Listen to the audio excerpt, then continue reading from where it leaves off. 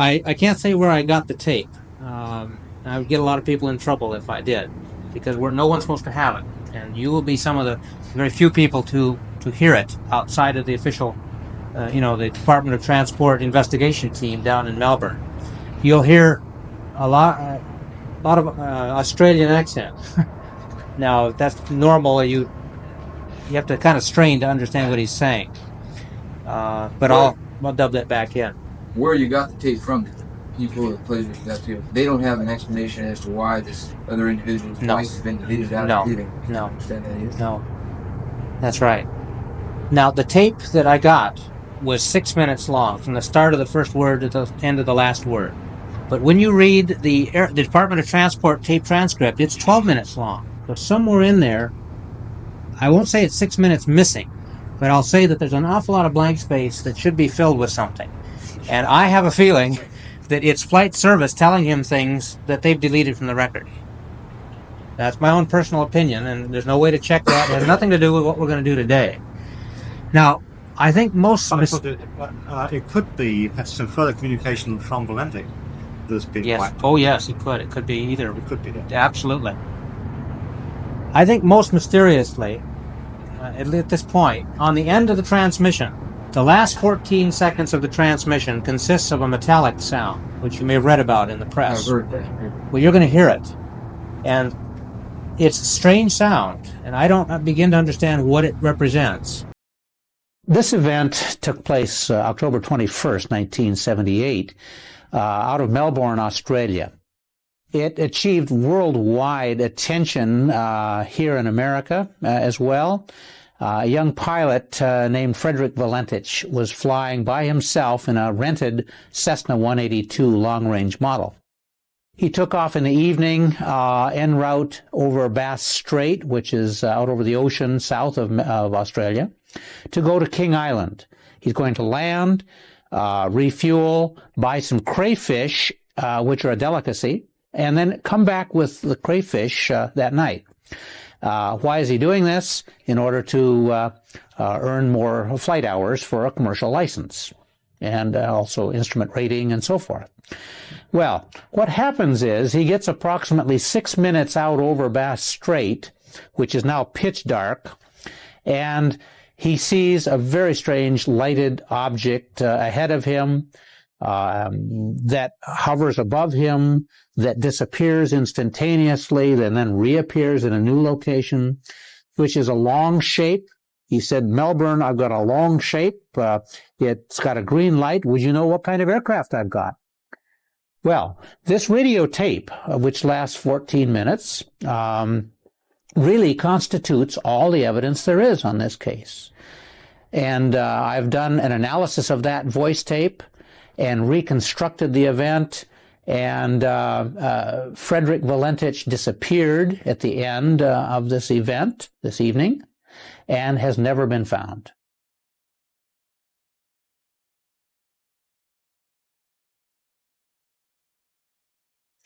It's a very fascinating case because of all of the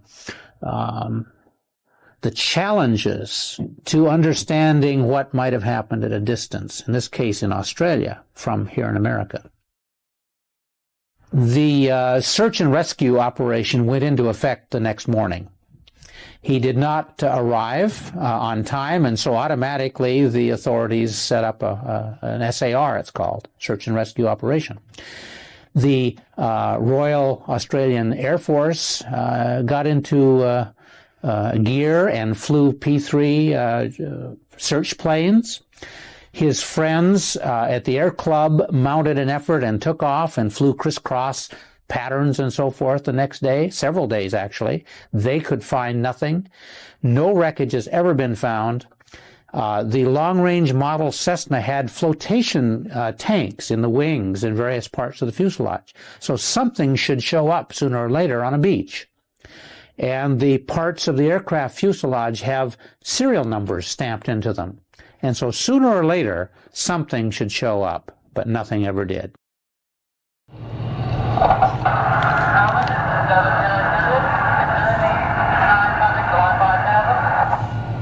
Is there any traffic below 5,000? He's at 4,500 feet. flying this way. He sees something a little above him, he thinks. Okay. Delta Sierra Juliet, no known traffic. And I've reconstructed the flight service callback to him in about the same time period it actually took place. So you get the idea of the blank. Let's wait for that noise. One taxi now, it's where he's taxiing. Oh, yeah. I heard on the radio they did try to divert some of the small aircraft traffic to Moffett. Don't believe it. Moffett isn't Moffett allowed ain't gonna go for that. that. No way. I'll never do it. Yeah. Oh, very good. Yeah. The airplane and truck it out. That's how much they don't want you to land there. Oh. Are you? You live in Australia? No, England. England. Yeah.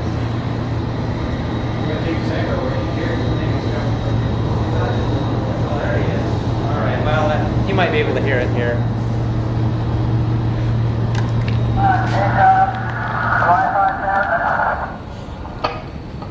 Large aircraft below 5,000, he said.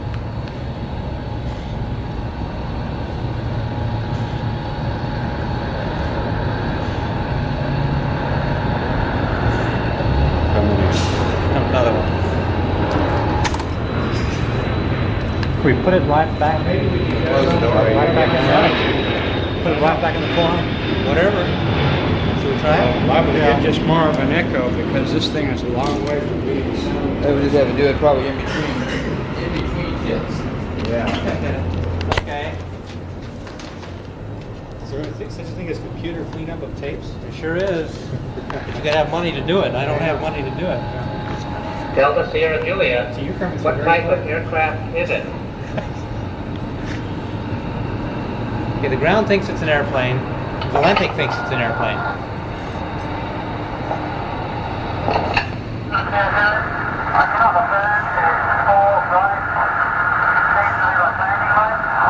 Hear that? I cannot affirm. It seems to me like it's 4 bright landing lights. So he still thinks it's an airplane. By now the tower is looking at radar a little more seriously and sweeping down, not sweeping, but Delta attending Sierra down here. Juliet, They don't pick up the airplane, they don't pick up the UFO. Or whatever the object On was. radar. On radar. Well, was he out of their? They claim he was below the horizon, curve of the horizon. We have other evidence to suggest that they could see ships on the surface. Oh, really? What a noisy place. Isn't that going to affect the recording or are you going to come right in off the radio? What? We're going to come right in on it.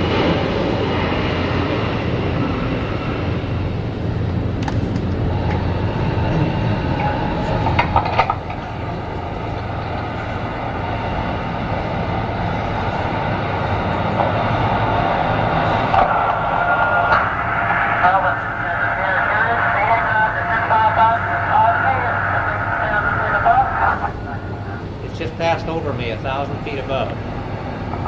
So just think in your mind, you're flying along in the dark at level altitude of 4,500 feet, and something's Delta passed Sierra over Juliet, you. Roger. You're the center And of it- attention. I It think is that's a large aircraft. Confirm. They still think it's an airplane. You and the little airplane are the center of attention of this phenomenon or object that you hear at the moment.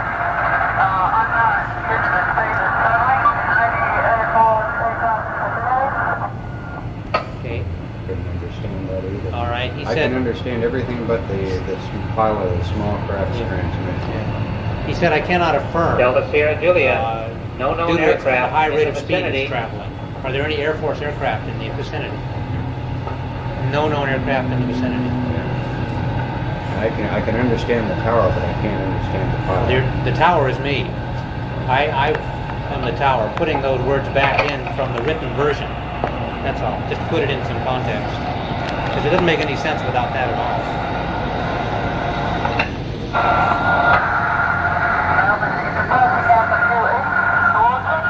It's approaching now from due east towards me. Okay. So again, he's the focus. It's gone by him. It's not coming back to him again. He uses Delta the Sierra word. Juliet,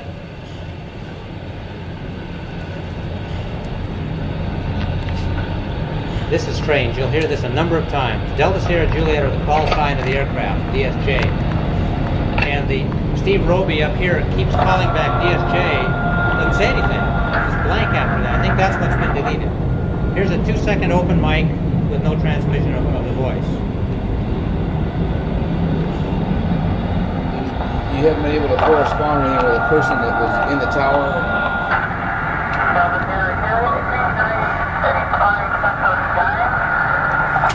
Seems to me he's playing some sort of game.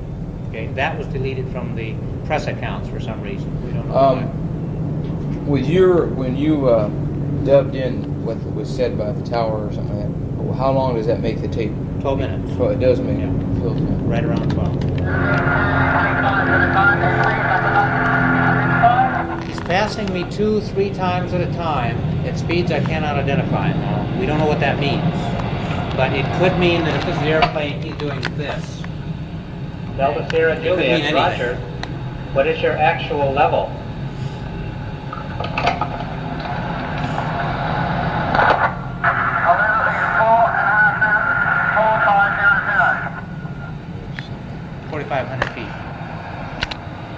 MSL. Delta Sierra Juliet, and confirm you cannot identify the aircraft.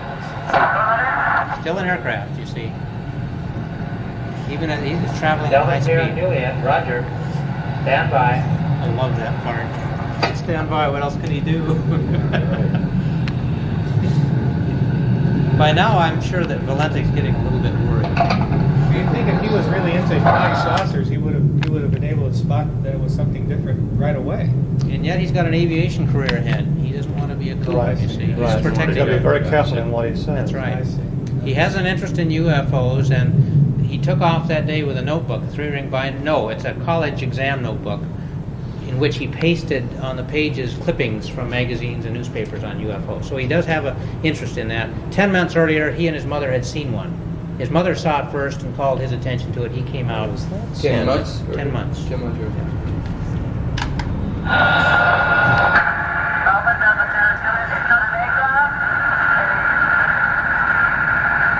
It's not an aircraft. It's mic is open for a couple more seconds and no description. So it begins to get a little bit, flaky there. Delta Unless Sierra you're in the Juliet, UFO Melbourne. studies. Can you describe the aircraft? That's what was on the tape. On the strip, on you the mean? transcript. The transcript.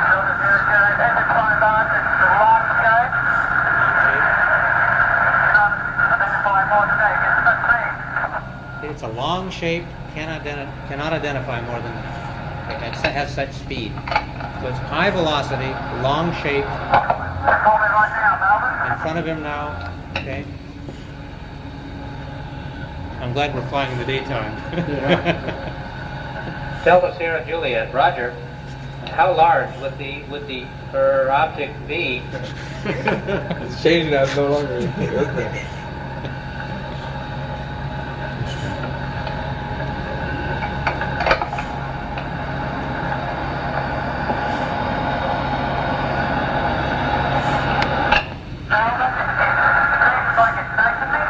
Seems like it's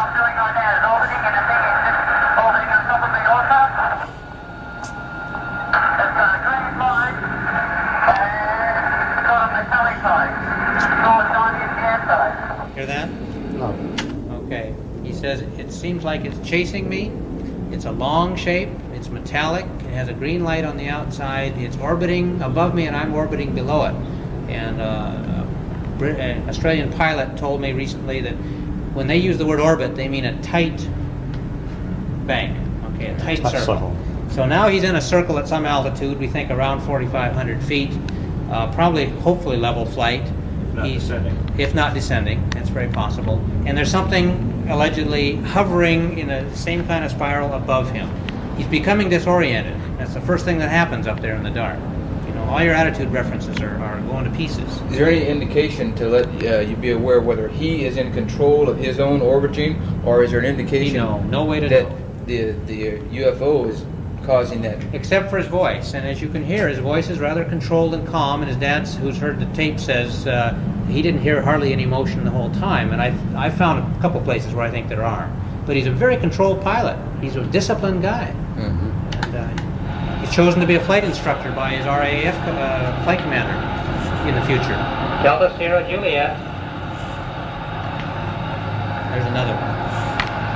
Open mic? No. Blank. Delta, yeah. He doesn't say anything.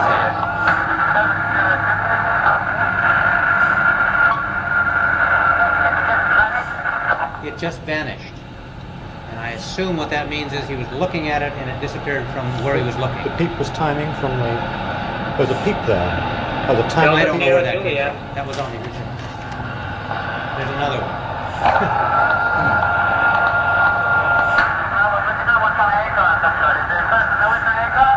Here's voice now.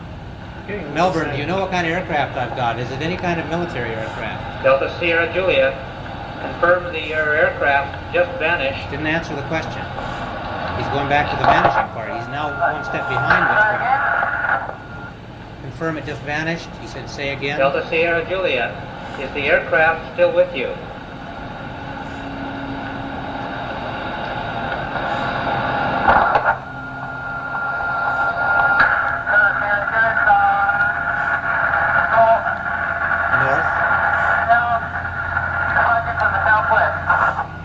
He's in a tight spiral or bank, let's say, in a circle, and he asks, is it still with him?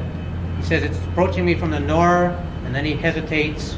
He says, from the southwest. And I think what's happening is he's really disoriented, and he looks down at it, he lost his direction. He thinks it's north, okay, but he's wrong, and he finds from his compass he's really coming in from the southwest. A couple of those transmissions sound out of context, though. That last two. In what sense? Just what you said, and then his answer, and then what he asked, and then what the controller said. Yeah, they don't make sense. Right. I agree with you. How close were you ever think you got the timing on here? Delta Sierra Oh, within Juliet. a second or two. Maybe a couple of seconds. There's In that another case, you could check to see where that peep is, a timing peep. but it only occurs once. Yeah. That wouldn't tell us anything. You came on a minute or 10 minutes. Oh, if I could find out what it represented, and if there may be another one, you could look at our spacing.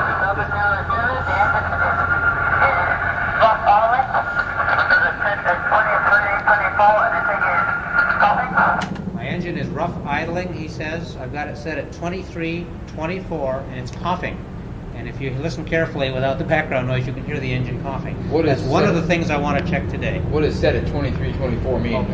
Ray? Manifold and pressure and the RPM of the propeller.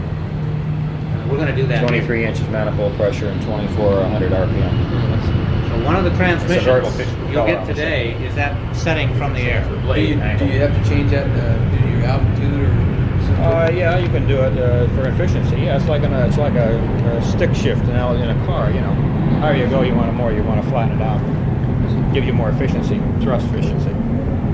So we're getting near the end now. Listen to his voice, the inflections in his voice. Delta Sierra Juliet. Roger. What are your intentions?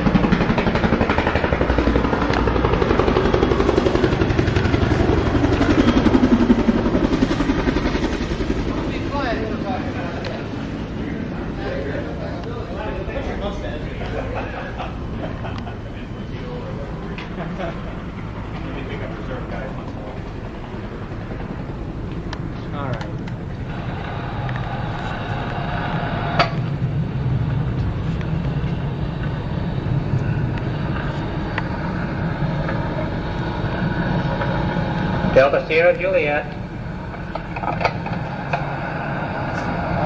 Another one. I think it was deleted for transfer. I think so.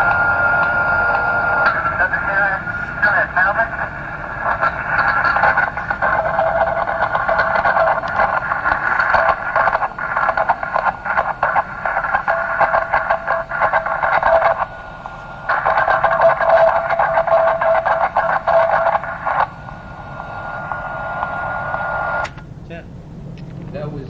That's the noise. The engine. Let me I play don't it know back. where I heard it, Yeah. but when I heard it, the noise I heard it sounded like a metal to metal type of thing. Like I could hear it more distinctly, like that. You're hearing when it. I heard. Could be the telephone breaking up, too. 14 seconds? Don't take long at the speed of plane runs.